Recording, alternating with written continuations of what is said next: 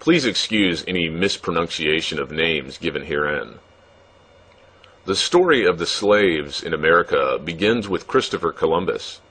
His voyage to America was not financed by Queen Isabella, but by Louis de Santiago, who advanced the sum of 17,000 ducats, about 5,000 pounds today, equal to 50,000 pounds, to finance the voyage, which began on August 3rd, 1492. Columbus was accompanied by 5 Marranos, Jews who had forsworn their religion and supposedly became Catholics. Louis de Torre, interpreter, Marco, the surgeon, Bemal, the physician, Alonso de la Calle, and Gabriel Sanchez. The reference is The International Jew by Henry Ford. Gabriel Sanchez, abetted by the other 4 Jews, sold Columbus on the idea of capturing 500 Indians and selling them as slaves in Seville, Spain, which was done. Columbus did not receive any of the money from the sale of the slaves, but he became the victim of a conspiracy fostered by Bemal, the ship's doctor. He, Columbus, suffered injustice and imprisonment as his reward, betrayed by the 5 Marranos, or Jews, whom he had trusted and helped. This, ironically, was the beginning of slavery in the Americas. The source is Adventures of an African Slaver, published in 1928, page 11. The Jews were expelled from Spain on August 2nd, 1492, and from Portugal in 1497. Many of these Jews immigrated to Holland, where they set up the Dutch West Indies Company to exploit the New World. In 1654, the first Jew, Jacob Bar Simpson, immigrated from Holland to New Amsterdam, or New York. And in the next decade, many more followed him, settling along the East Coast, principally in New Amsterdam and Newport, Rhode Island. They were prevented by ordinances issued by Governor Peter Stuyvesant from engaging in the domestic economy, so they quickly discovered that the territory inhabited by the Indians would be a fertile field. There were no laws preventing the Jews from trading with the Indians. The first Jew to begin trading with the Indians was Hyman Levy, who imported cheap glass beads, textiles, earrings, armbands, and other cheap adornments from Holland, which were traded for valuable fur pelts. Hyman Levy was soon joined by Jews Nicholas Lowe and Joseph Simon. Lowe conceived the idea of trading rum and whiskey to the Indians and set up a distillery in Newport, where these 2 liquors were produced. Within a short time, there were 22 distilleries in Newport, all of them owned by Jews, manufacturing and distributing firewater. The story of the debauching of the Indians, with its resultant massacres of the early settlers, is a dramatic story in itself. It is essential to comprehend the seaport of Newport. It is important in order to recognize the Jewish share in the slave commerce. There was a period when it was commonly referred to as, quote, the Jewish Newport World Center of Slave Commerce, unquote. Altogether at this time, there were, in North America, 6 Jewish communities: Newport, Charleston, New York, Philadelphia, Richmond, and Savannah. There were also many other Jews, scattered over the entire East Coast. Although New York held first place in the settlers of Jews in North America, Newport held second place. New York was also the main source of kosher meat, supplying the North American settlements, then the West Indies, and also South America. Now Newport took over. Newport also became the great trade harbor of the East Coast of North America. There, vessels from other ports met to exchange commodities. Newport, as previously mentioned, represented the foremost place in the commerce of rum, whiskey, and liquor dealings. And to include, it finally became the main center of slave dealings.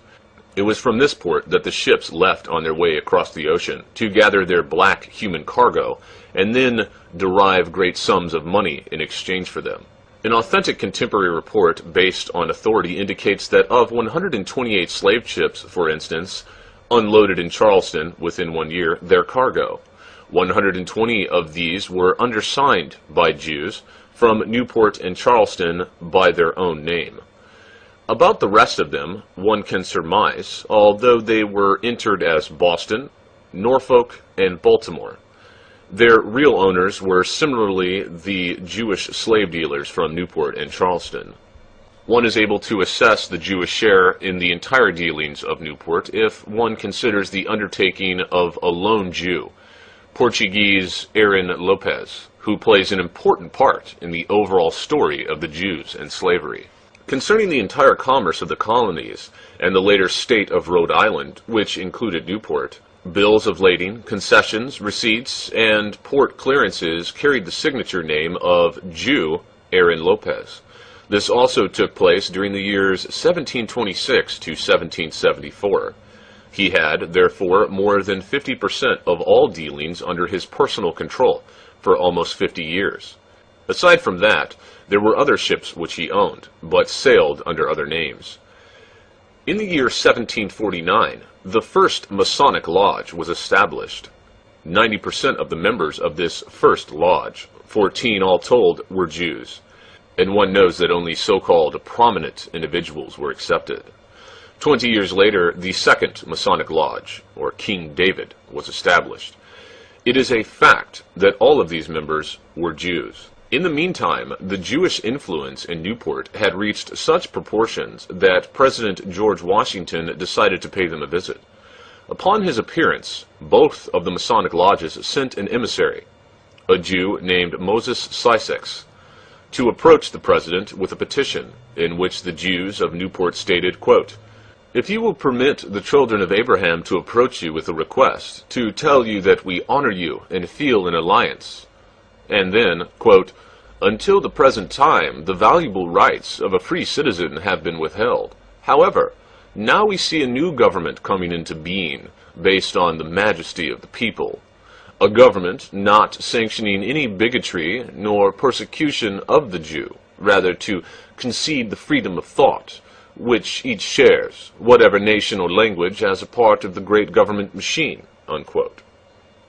It is necessary at this point to consider the disclosures as to who, in reality, obtained this legendary freedom in America at the founding of the Union. To be sure, the province became independent and severed from the English jurisdiction.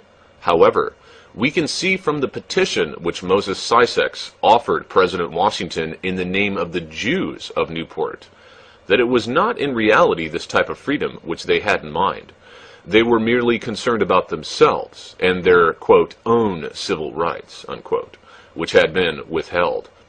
Therefore, following the Revolutionary War, the Jews were accorded equal rights and freed of all restrictions. And the Negroes?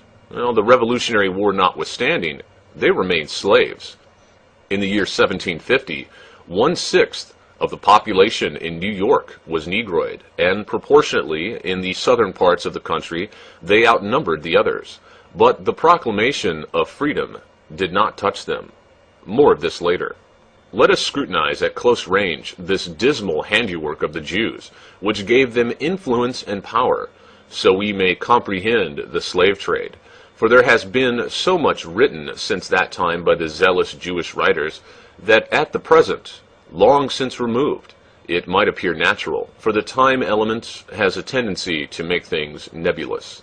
Let us follow the journey of one ship owned by a slave dealer, Aaron Lopez, which had made many trips to the African coast. For instance, in the month of May 1752, the ship Abigail was equipped with about 9,000 gallons of rum, a great supply of iron foot and hand restraints, pistols, powder, sabers, and a lot of worthless tin ornaments, and under the command of the Jewish Captain Friedman, sailed off for Africa.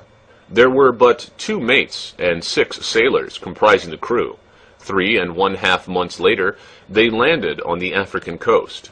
Meantime, there had been constructed an African agency by the Jewish slave dealers, who had corralled them and prepared them for sale. This organization, reaching deep into Africa, had many ramifications, including the heads of groups, villages, etc. This method to win over these leaders for the Jewish slave trade was similar to that which the Jews had employed with the Indians. At first, they presented them with rum, and soon found themselves in an alcoholic delirium. When the gold dust and ivory supply was exhausted, they were induced to sell their descendants. At first their wives, and then their youths. Then they began warfare among each other, plotted and developed mostly by the Jews, and if they captured prisoners, these too were exchanged for rum, ammunitions, and weapons to the Jews, using them for further campaigns to capture more Negroes. The captured blacks were linked 2 by 2 and driven through the medieval forests to the coast. These painful treks required weeks, and some of them frequently became ill and felled by exhaustion, and many unable to rise, even though the bullwhip was applied as an encourager. They were left to die and were devoured by wild beasts. It was not unusual to see the bones of the dead laying in the tropical sun, a sad and gruesome reminder of those who would later on tread this path. It has been calculated that for each Negro who withstood the rigors of this wandering, there still had to be the long voyage across the ocean before they reached American soil. 9 out of 10 died. And when one considers that there was a yearly exodus of 1 million black slaves, then, and only then, can one assess the tremendous and extensive exodus of the African people. At present, Africa is thinly populated, not alone due to the 1 million literally dragged out of huts, but due to the 5 to 9 million who never reached their destination. Once they reached the coast, the black slaves were driven together, and restraints were applied to hold them until the next transport ship docked. The agents, many of them Jews, who represented the chief, then began the deal with the captain. Each Negro was personally presented to him, but the captains had learned to become suspicious. The black one must move his fingers, arms, legs, and the entire body to ensure that there were not any fractures. Even the teeth were examined. If a tooth was lacking, it lowered the price. Most of the Jew agents knew how to treat sick Negroes with chemicals in order to sell them as sound.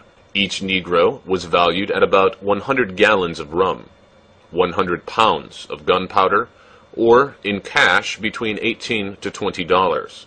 The notations of a captain inform us that on September 5th, 1763, one Negro brought as much as 200 gallons of rum, due to the bidding amongst the agents raising the price.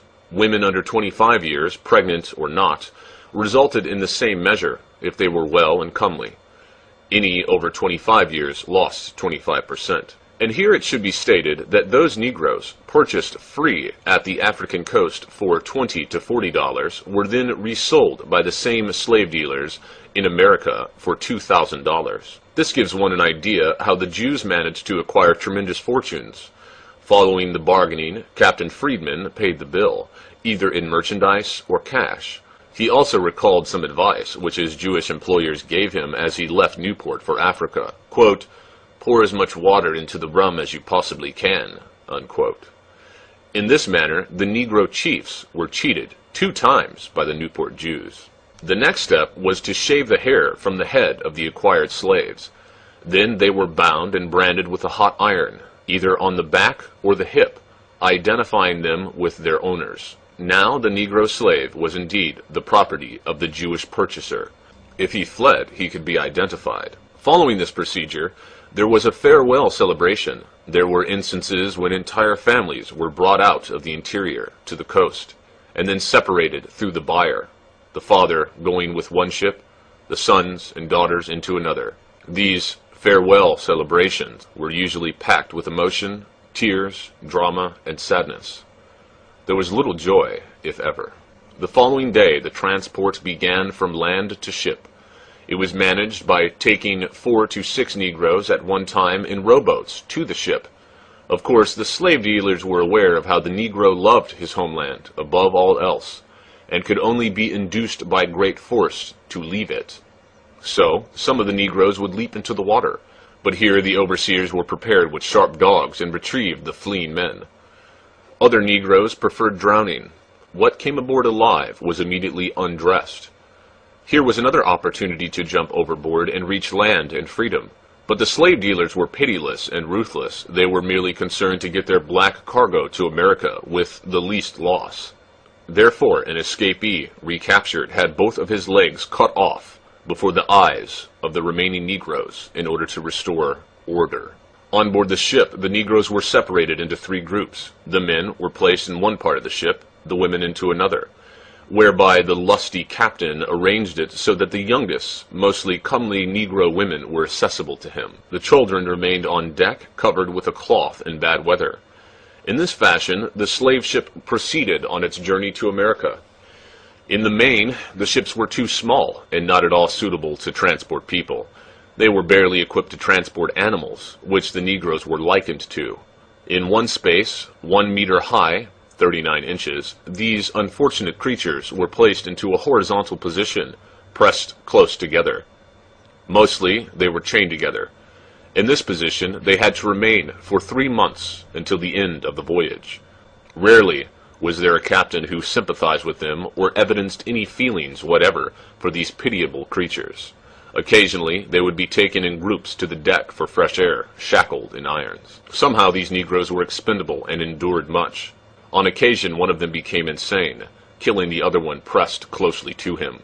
They also had their fingernails closely cut so they could not tear at each other's flesh. The most horrible battles came about among the men, to acquire a centimeter or two for a comfortable position. It was then that the slave overseer stepped in with his bullwhip. The unimaginable, horrible human excrement in which these slaves had to endure these trips is impossible to describe. In the women's quarters, the same conditions prevailed. Women gave birth to children, lying pressed closely together.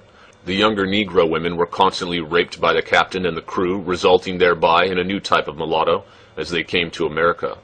In Virginia, or in any other southern port cities, the slaves were transferred to the land and immediately sold. The regular auction would take place, following the method of purchase in Africa.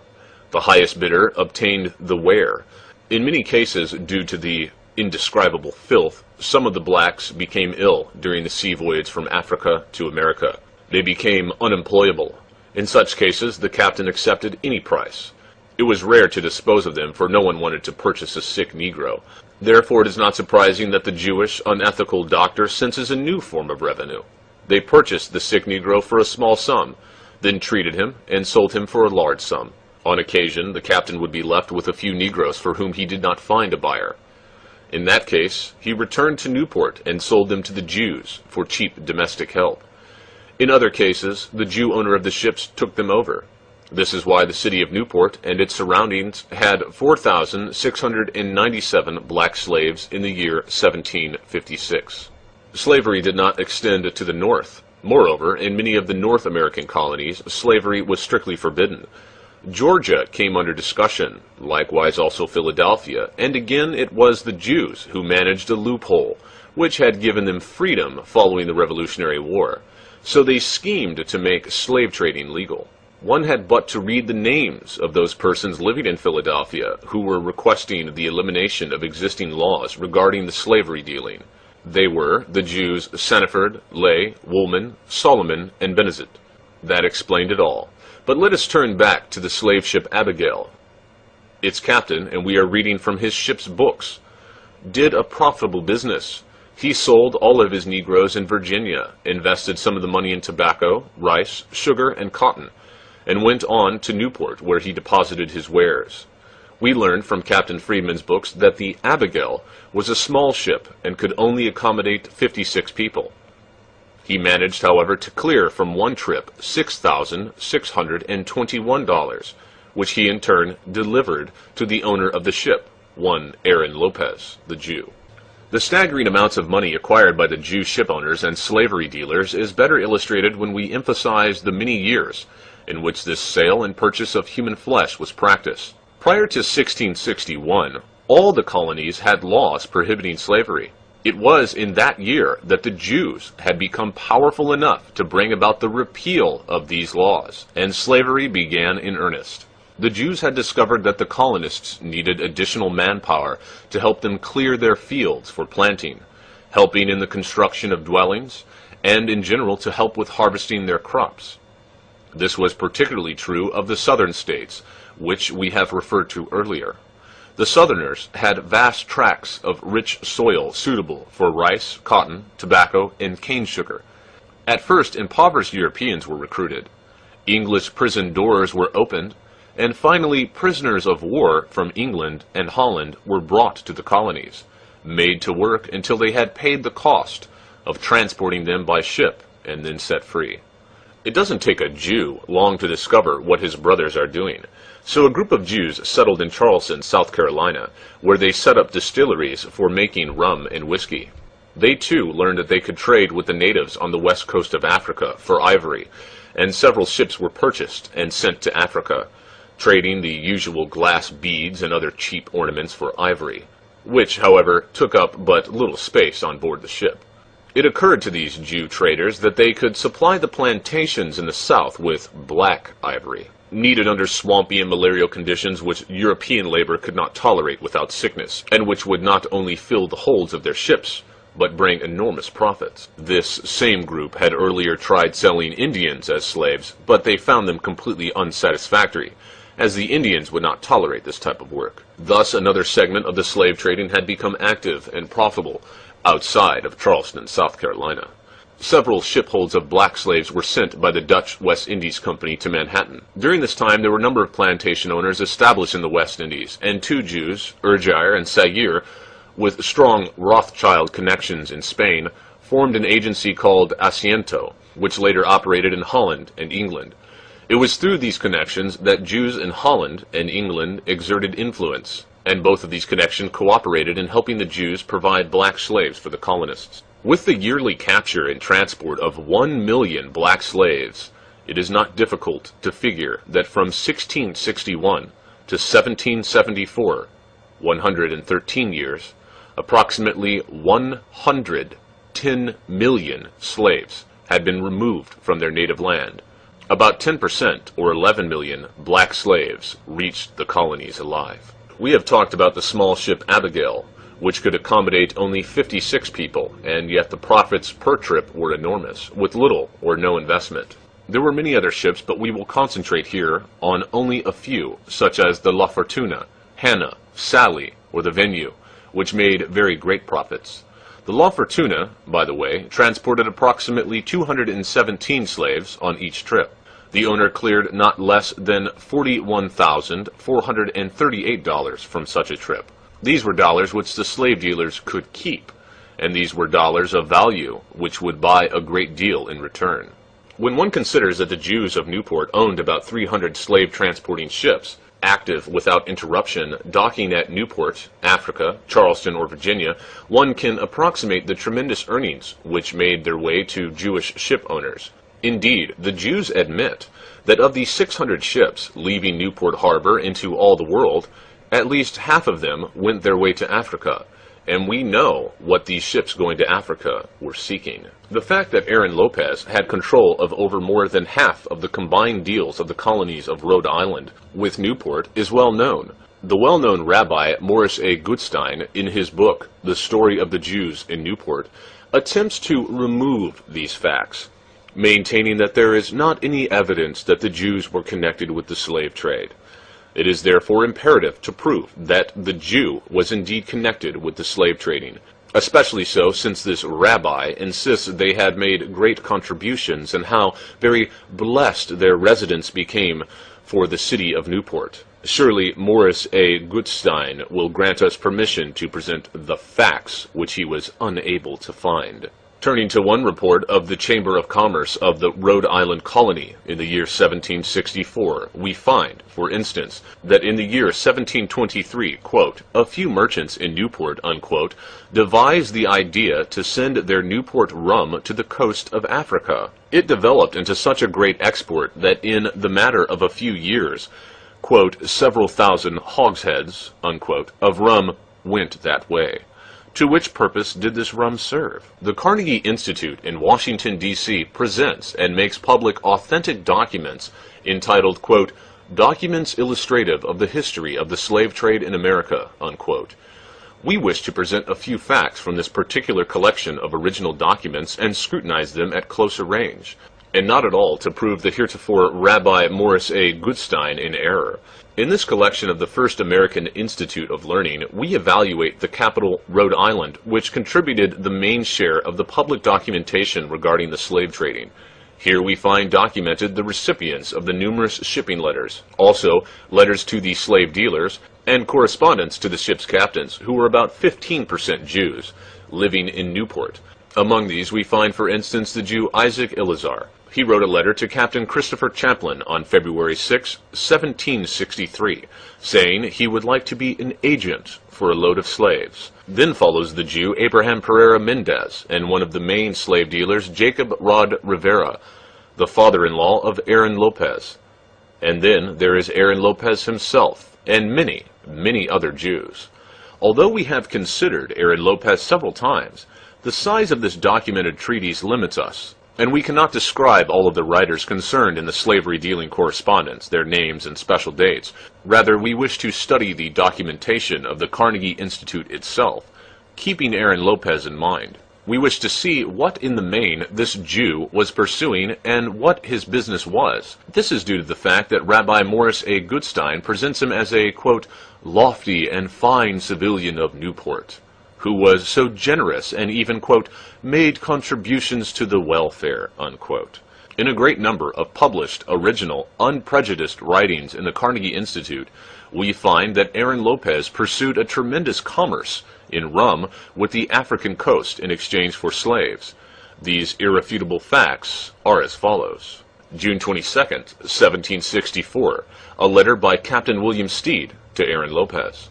July 22nd, 1765, a letter by Aaron Lopez to Captain Nathaniel Briggs. July 22nd, 1765, a letter to Captain Abraham All. February 4th, 1766, a letter to Captain William Steed by Aaron Lopez.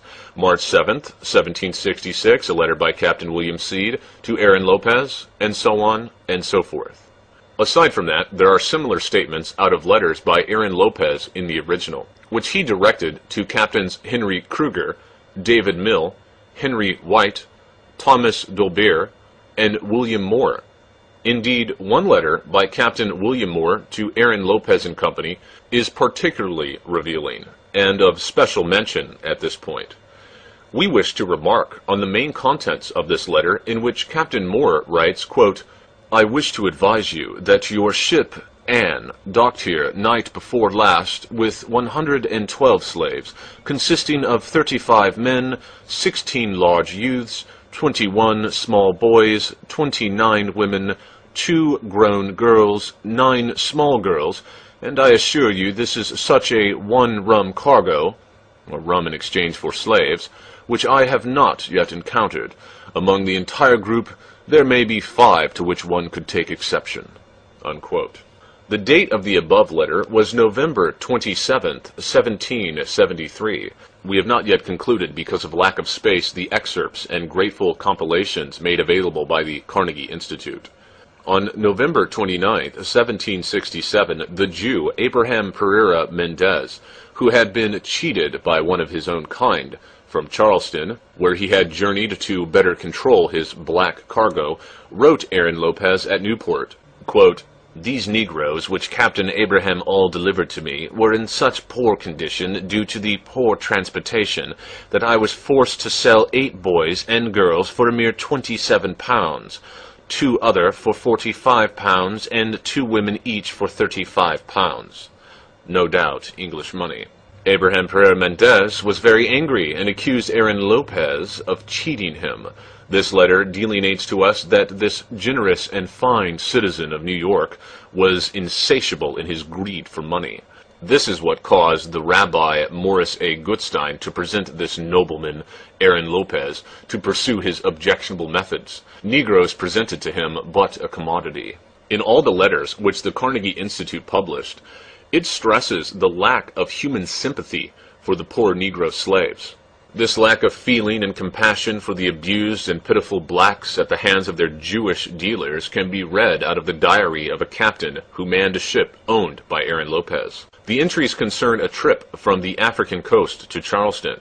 Moreover, they are authentic documents published by the Carnegie Institute in Washington, D.C., calling attention to an organization which had heretofore known little or nothing about. Neither had they encountered further publicity in books or newspapers. Therefore, it is not to be wondered at that the facts of the leading share of American Jews in the slave trade could be pointed out as a monopoly and unknown to the non-Jewish Americans, including the great masses of people all over the world. Others, however, acquainted with the facts, had good reason to remain painfully quiet. The captain of another ship, the Othello, among other things, makes the following entries in his diary. February 6th, 1 man drowned in the process of loading. March 18th, 2 women went overboard because they had not been locked up. April 6th, 1 man dead with flux. April 13th, 1 woman dead with flux. May 7th, 1 man dead with flux. June 16th, 1 man dead by Cap Henry. June 21st, 1 man dead by James Fluce. July 5th, 1 woman dead with fever. July 6th, 1 girl, sick for 2 months, died. This vessel was on its way for 5 months. What terrible and unspeakable suffering was the lot of these millions of blacks who were torn with brutal force from their friendly African huts, jammed together like animals below deck, and then sold with less concern than selling a head of cattle. Small wonder that 10 of them died, being purchased for just a few dollars and then sold for the sum of $2,000. Some Negroes managed through insurrection to gain control of one or another ship and turned it around, with full sails toward their African home. The crew of one slave ship, called Three Friends, for instance, tortured their black cargo in such manner that the Negroes reciprocated in a bloody rebellion. They killed the captain and the entire crew and threw the dead overboard. They then sailed back to Africa, where they had barely escaped their hard-won freedom. A similar fate struck the slave ship Amistad. Among the slaves was the son of an enemy tribal chief. Once the ship was underway, he schemed with his compatriots to attack the ship's crew. Following a bloody battle, they managed to capture the captain. The Negro prince forced him to turn back to Africa. Then, in the evening, under cover of darkness, he changed his course, zigzagged for months until he came close to the American coast and encountered a government ship. This took place in the year 1839, when slave trading was already forbidden and illegal. What the movie Amistad will not tell you is the Jewish involvement in the slave trade.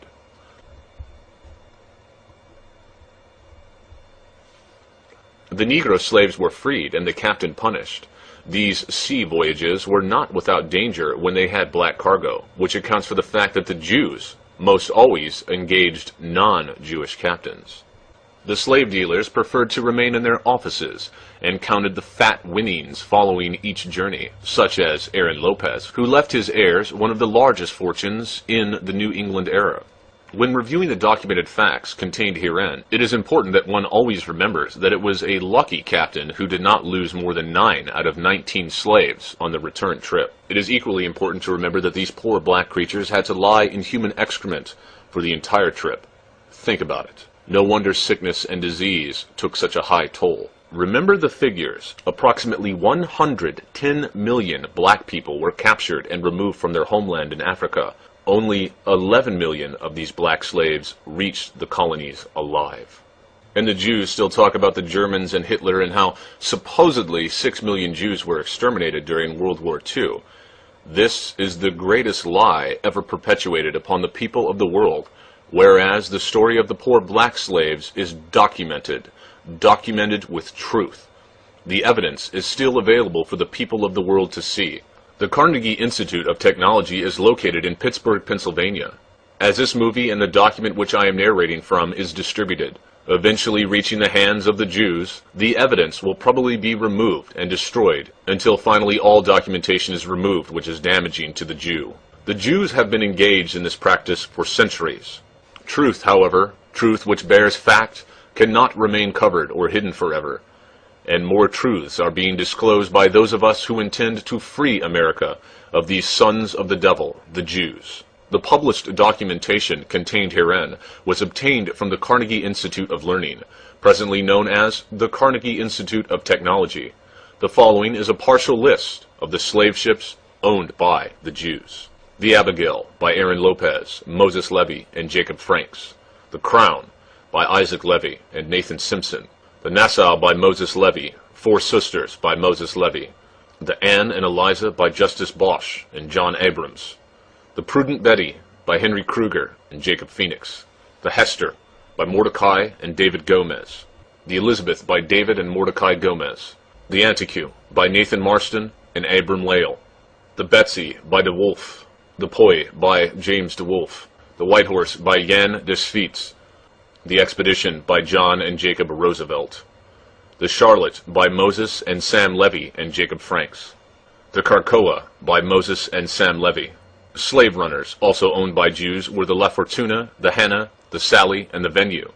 Some of the Jews of Newport and Charleston who were engaged in the distillery or slavery trade, or both, were Isaac Gomez, Hyman Levy, Jacob Malhado, Naphtali Myers, David Hart, Joseph Jacobs, Moses Ben Franks, Moses Gomez, Isaac Dias, Benjamin Levy, David Yeshuvim, Jacob Pinto, Jacob Turk, Daniel Gomez, James Lacana, Yandis Feets, Isaac Elizer, Jacob Rod, and many others. Of some 600 ships leaving the port of Newport, more than 300 were engaged in the slave trade. A typical cargo of one ship, La Fortuna, was 217 slaves, which cost about $4,300 and sold for $41,438. Only about 10% of the slave ship captains were Jews, not wanting to subject themselves to the rigors of the 6-month journey. They preferred to stay at home and continue their distillery operations, which continued to supply rum and whiskey to the Indians for many years at a very great profit. You can continue your own research through the following references and documentation.